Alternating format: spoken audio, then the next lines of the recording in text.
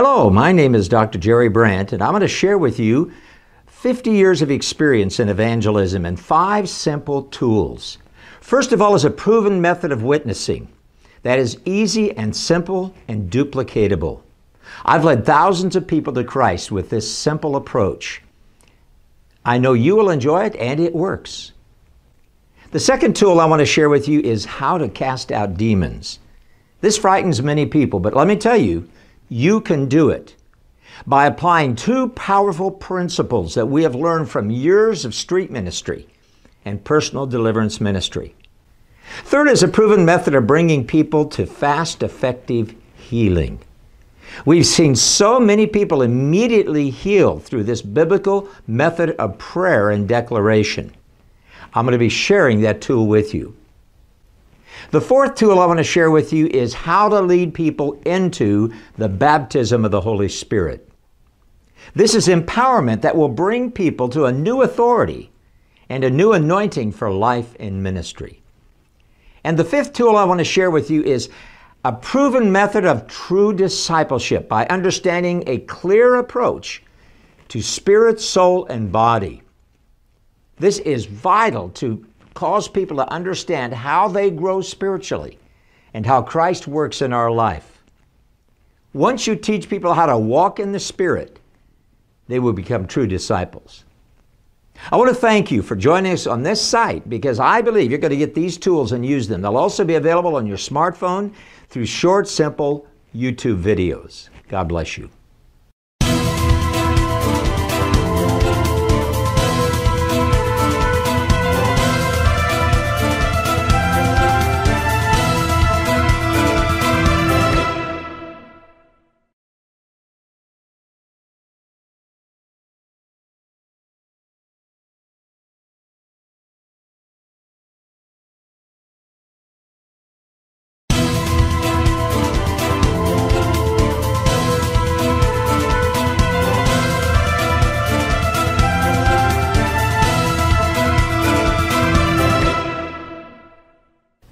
How to witness effectively.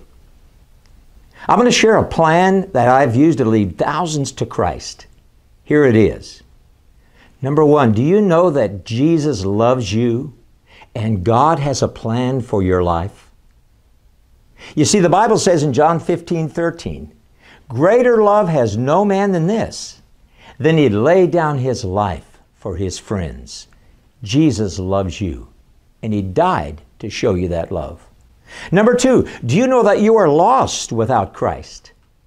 It says, but your sins have separated you from your God, and your sins have hidden his face. Isaiah 59:2. To be lost means to be separated from. And you are separated from God by your sins. But point number 3, do you know that you can find new life in Christ? Therefore, if any man be in Christ, it says in the Bible, he is a new creation, 2 Corinthians 5:17. And then Jesus said, I am the way, the truth, and the life. No man comes to the Father but by me. How do you receive this salvation? Pray this simple prayer with me. Yes, Father, thank you for sending your Son, Jesus Christ, to die for me. I know I have been separated from you by my sins, but now I ask Jesus to come into my life and bring me his life. I believe and receive your love and gift to me through your very Son. Amen.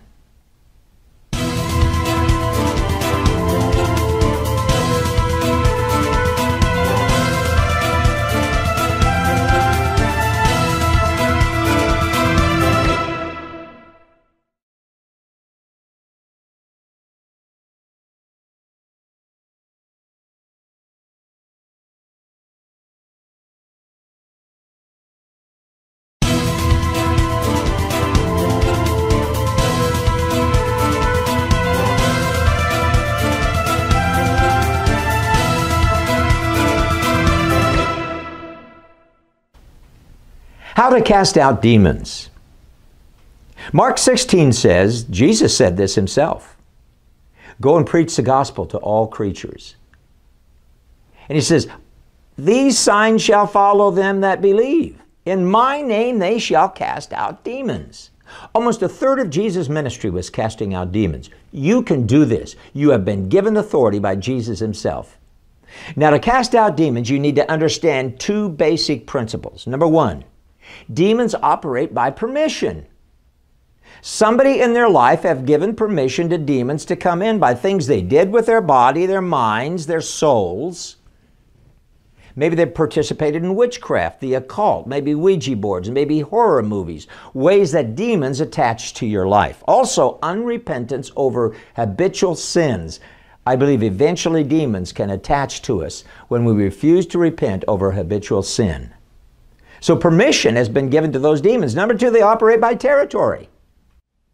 Demons are territorial. Ephesians 4:27 says, give no place to the devil. Demons cannot function in this natural world without a body, without a place to dwell. So they're territorial. So how do you get rid of demons? Wow, this is almost so simple. You can do this. First of all, you take away their territory by yielding your body, people's bodies, to the Lord Jesus Christ.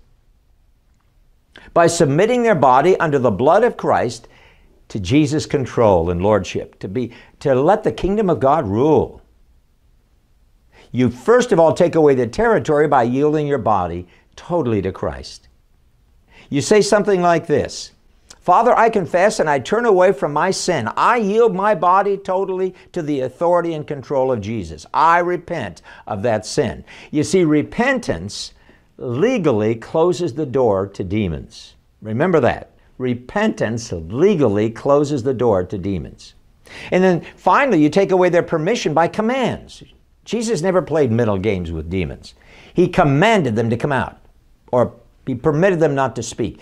He controlled the demons. You have control over the demons. They don't control you. When you're doing a deliverance with somebody, you have rights to command those demons in the name of Jesus.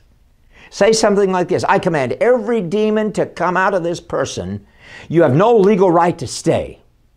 This person is now under the rulership of Jesus Christ and is covered by the blood of Christ.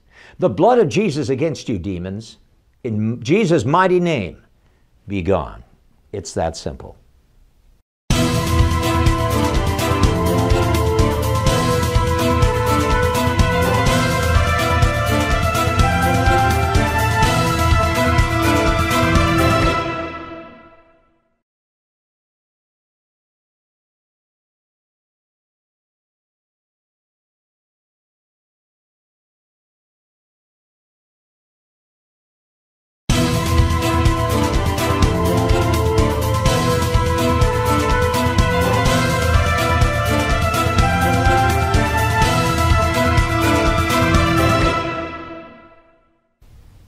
How to bring fast, effective healing. Principle number one, healing operates in an atmosphere of faith. The Bible says Jesus, seeing their faith at Peter's house when they lowered the man through the roof, Jesus, seeing their faith, said to the man, rise and be healed. Your sins are forgiven you. I always ask people before I pray for them, do you believe that Jesus Christ can heal you now? If they don't believe, you can't pray for them any longer. What you do is you go back and build their faith. Take them back to the Word of God. Show them other illustrations of faith. Build their faith until they believe it is their time to receive healing now. You see, Jesus used this principle with Bartimaeus. He asked blind Bartimaeus, what would you have me to do? Well, everybody knew he needed healed of his blindness. Why did Jesus ask him? He wanted Bartimaeus to reveal his faith, confess his faith. Bartimaeus said, oh, that I might be healed of my blindness, of my sight, that I might receive my sight. Not only does God use an atmosphere of faith, but number two, healing happens when people make a declaration of their faith. Remember, life and death is in the power of the tongue. I ask people, first, if they have faith to believe. If they do, then I say, you repeat after me. Have them confess with their mouth their healing. And I say something like this. Say this right now with me. I receive my healing now. I am healed. Remember, the power, again, of life and death is in our tongue. Speaking over that sickness in Jesus' name and applying the blood of Christ for healing is awesome over disease.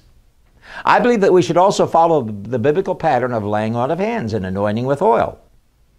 I teach that. And number 3, God can use doctors and natural means for healing. For example, you might change your diet. Maybe you're eating the wrong foods and that's causing your body to deteriorate, have disease. Just simply as easy as changing your diet or discontinuing habits like smoking or drugs, things like that can really bring natural healing in your body.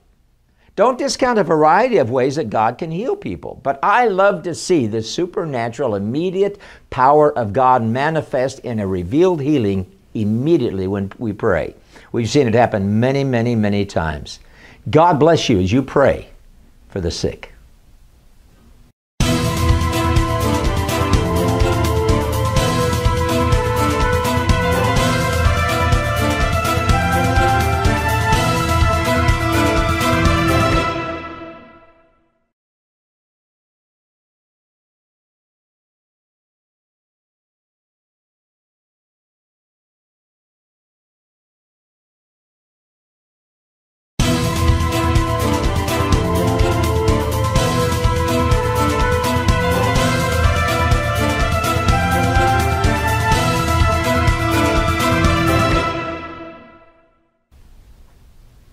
How to lead people into the baptism of the Holy Spirit.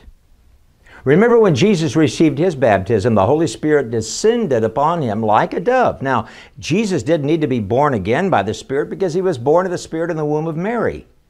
But he did need Spirit empowered as the Holy Spirit came upon him and remained upon him. He didn't even begin his ministry until he received that power.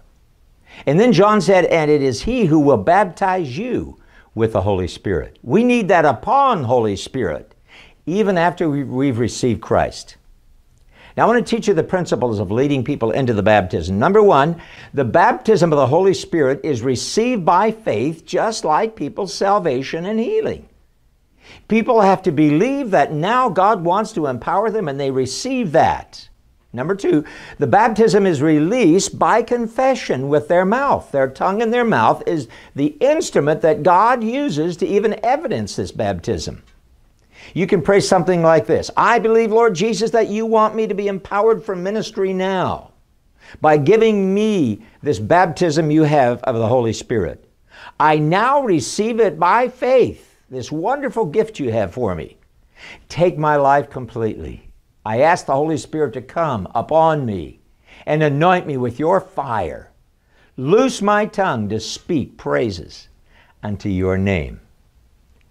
Number 3, God often transfers this gift by the laying on of hands. We've practiced that and taught it for years. Number 4, the evidence of the baptism of the Holy Spirit is a supernatural evidence of tongues.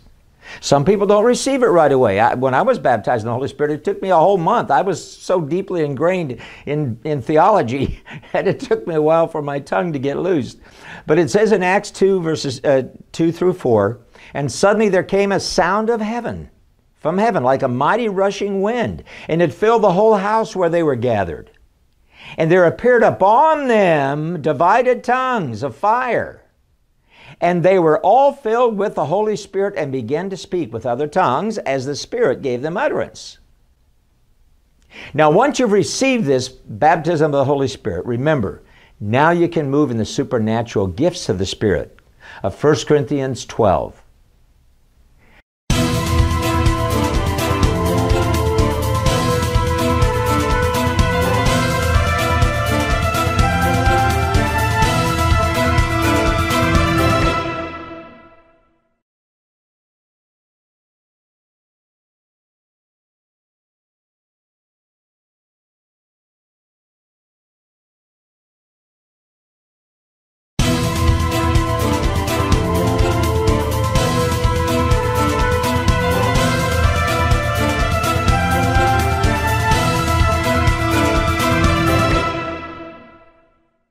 How to make true disciples.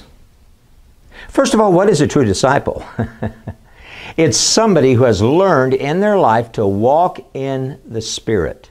Now, there's several principles you need to understand in discipleship. Number one, the only thing that gets saved or born again is your spirit. That which is born of the Spirit is spirit. That which is born of the flesh will always stay flesh. It is only your spirit that gets born again. Your body, your soul, your mind do not get saved.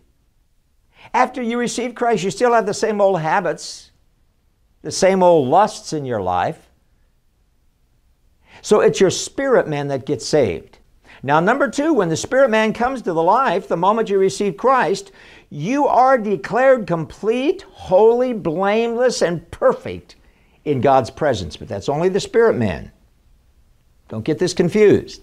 Read Ephesians chapter 1 and it'll declare what you are in Christ now. But it's only the spirit man. So your spirit man is now perfectly complete and completely holy. However, now you must learn to walk in that spirit and not fulfill the lust of the flesh. Now your spirit man, empowered by the Holy Spirit, begins to sanctify your body, soul, and mind through the daily renewal of your mind and the yielding of your body to God's will. Read Romans chapter 12, verses 1 and 2. This is a lifelong process as you grow in the grace and knowledge of Christ daily. It's slow but powerful, and it's a transformation. Remember, your soul is your mind, emotions, will, imagination, and conscience. Your body is the five senses: sight, hearing, feeling, touching, and tasting. May God lead you as you teach people and as you yourself walk daily in the power of the Spirit.